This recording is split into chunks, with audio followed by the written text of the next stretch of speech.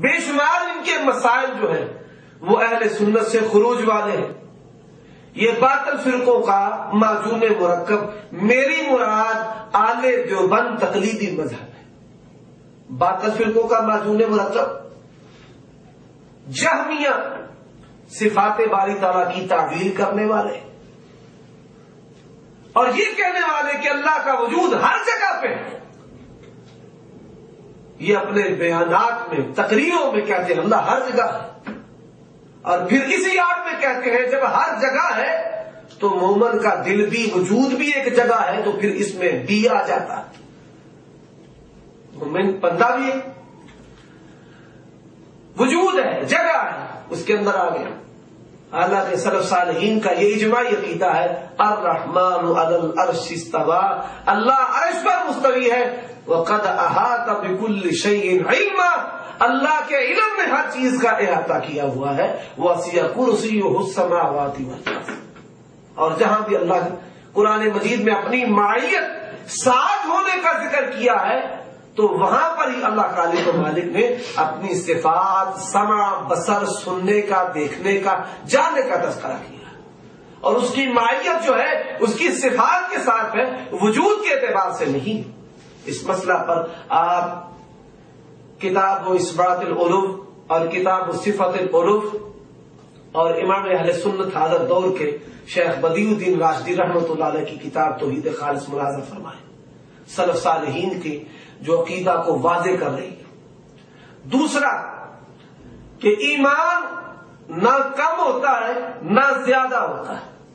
ایمان نہ کم ہوتا ہے نہ زیادہ ہوتا ہے.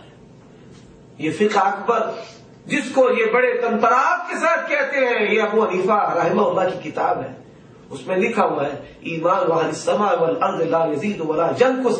اہل زمین اور اہل آسمان کا جو ایمان ہے وہ زیادہ اور کم نہیں ہوتا، وہ برابر ہے.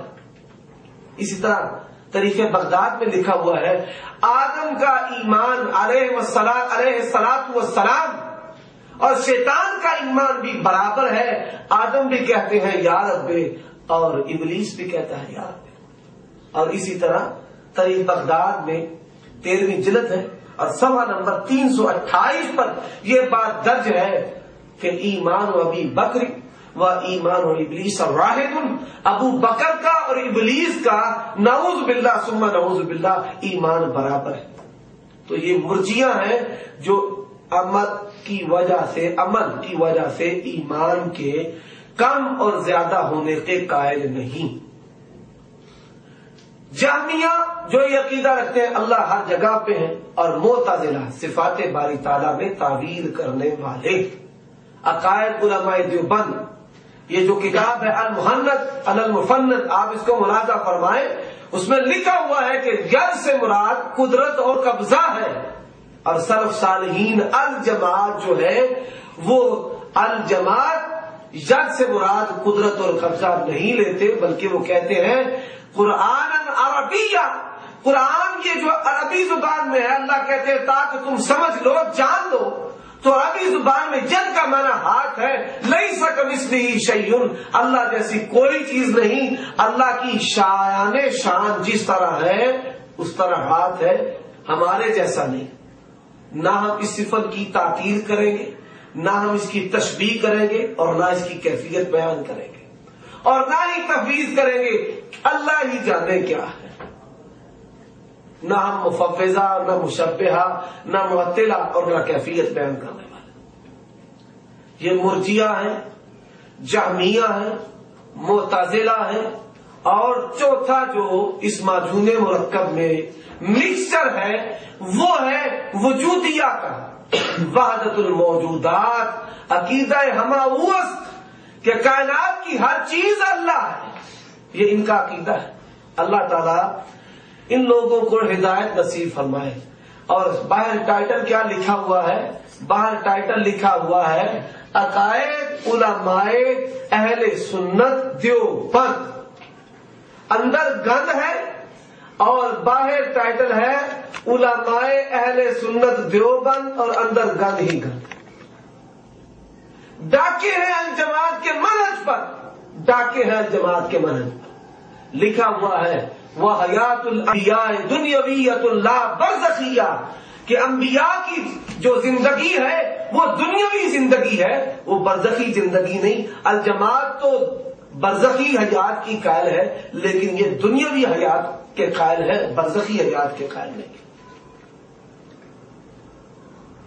تو آج کے اس پروگرام میں یہ اہل سنت والجماعت، حنفی، دیوبندی، حقیقتاً یہ نہ ہی اہل سنت ہے اور نہ ہی یہ حنفی ہیں۔ اہل سنت کے دعویٰ میں بھی یہ جھوٹے ہیں اور حنفی ہونے کے دعویٰ میں بھی جھوٹے ہیں۔ ہم یہ کہتے ہیں کہ پورے پاکستان میں ایک بھی حنفی نہیں ہے۔ شاہ ولی اللہ حنفی ہیں اور وہ کہتے ہیں والذی یرفع یدیہ احب الی ممن لا یرفع فإن احادیث الرفع اکثر و اثبت۔ جو شخص رفع الیدین کرتا ہے وہ نہ کرنے والے سے مجھے زیادہ محبوب ہے۔ رفع الیدین کرنے کی حدیث بہت زیادہ ہے، صحیح ہے، حنفی ہے۔ عبد الحی حنفی لکھنوی حنفی ہیں اور وہ کہتے ہیں کہ رسول اللہ صلی اللہ علیہ وسلم سے رکوع والا رفع الیدین متواتراً منقول ہے، حنفی ہے۔ شاہ ولی اللہ کے والد عبد الرحیم وہ حنفی ہیں۔ انفاس العارفین میں شاہ ولی اللہ لکھتے ہیں کہ میرے والد عبد الرحیم امام کے پیچھے سورۃ فاتحہ پڑھتے تھے، اور شاہ ولی اللہ نے حجت اللہ البالغہ میں لکھا ہے کہ سکتات میں سورۃ فاتحہ پڑھ لے تو ٹھیک ہے۔ یہ ہے حنفی۔ گزشتہ حنفی اکابرین وہ اہل حدیث کی تائید کریں، اہل حدیث تحریک کی تقویت کریں، اور یہ اہل حدیث کے اور الجماعت کے دشمن اپنے آپ کو اہل سنت کہلوانے والے اور حنفیت کے خیمے میں گھسنے والے، یہ نہ ہی اہل سنت ہے اور نہ ہی حنفی۔ کیوں؟ یہ قبر پرست ہے، اہل دیوبند قبر پرست ہے۔ اور آج کا جو میرا موضوع ہے وہ ہے اکابرین دیوبند اور قبر پرستی۔ اکابرین دیوبند اور قبر پرستی یہ آج کا موضوع ہے۔ کیا اہل سنت قبر پرست ہوتے ہیں؟ کیا الجماعت قبر پرست ہے؟ کیا حنفی امام ابو حنیفہ قاضی ابو یوسف اور امام محمد ابو الحسن اشعری ابو منصور ماتریدی یہ قبر پرست تھے؟ کیا آپ کے امام ظفر جو ہیں وہ قبر پرست تھے؟ اور آپ کے ممدوح اور چہیتے امام جن کے منہج پر آپ شب و روز عمل کرتے ہیں، جناب حسن بن زیاد اللؤلؤی، میں سامعین سے یہ بات ضرور عرض کروں گا کہ ان کا ترجمہ لسان المیزان میں حافظ ابن حجر نے جو درج کیا اس کو ضرور ملاحظہ فرمائے۔ احناف کے امام ممدوح یا دیوبندیوں کے امام ممدوح کا ترجمہ اس میں ضرور ملاحظہ فرمائے۔ تو یہ ان کی سنت پر، ان کے شاہراہ اور رستے پر چلنے والے لوگ۔ میں ان سے یہ سوال کرتا ہوں، قبر پرستی کیا اہل سنت کا شیوا اور وطیرہ ہے؟ قبر پرستی کیا جماعت سلف صالحین کا منہج ہے؟ اور قبر پرستی یہ کیا احناف اس کے قائل ہیں؟ حنفی مذہب میں اس کی گنجائش ہے؟ مفتہ پہ ہی، غیر مفتہ کی تو ہم بات ہی نہیں کرتے، مفتہ پہ ہی کوئی قول ہی پیش کر دیں جو قبر پرستی کے جواز میں ہو۔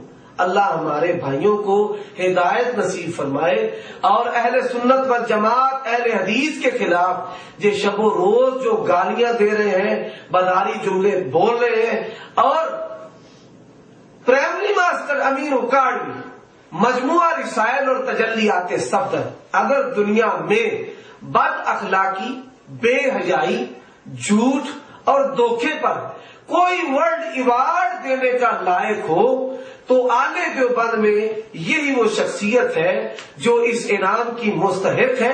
آپ وہ کتاب ملاحظہ فرمائیں کہ اس کتاب میں کتنی حیا سوز عبارات ہیں، کتنے ہی الزامات ہیں، کتنے ہی تلبیسات ہیں، کتنے ہی غلط جعلی مطالبات ہیں۔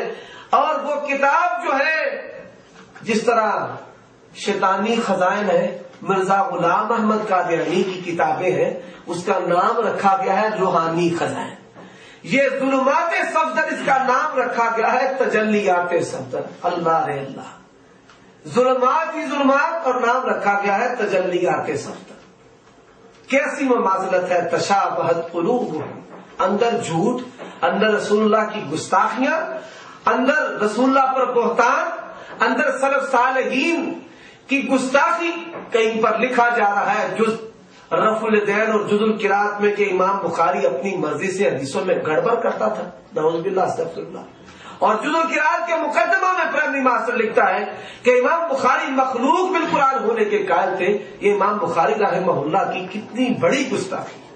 اسی طرح لکھا ہے کہ امام بخاری نے یہ فتویٰ دیا کہ ایک بکری کا اگر 2 بچے دودھ پی لیں تو ان میں رضاعت قائم ہو جائے گی، وہ بھائی بہن یا بھائی بھائی بن جائیں گے۔ یہ فتویٰ امام بخاری نے دیا، اور اس فتوے کو نقل کر کے پرائمری ماسٹر کا مقصود کیا امام صاحب کی عزت کو بڑھانا ہے؟ قطعی طور پر نہیں، بلکہ امام صاحب کی تنزلی، امام صاحب کی توہین کرنا مقصود ہے۔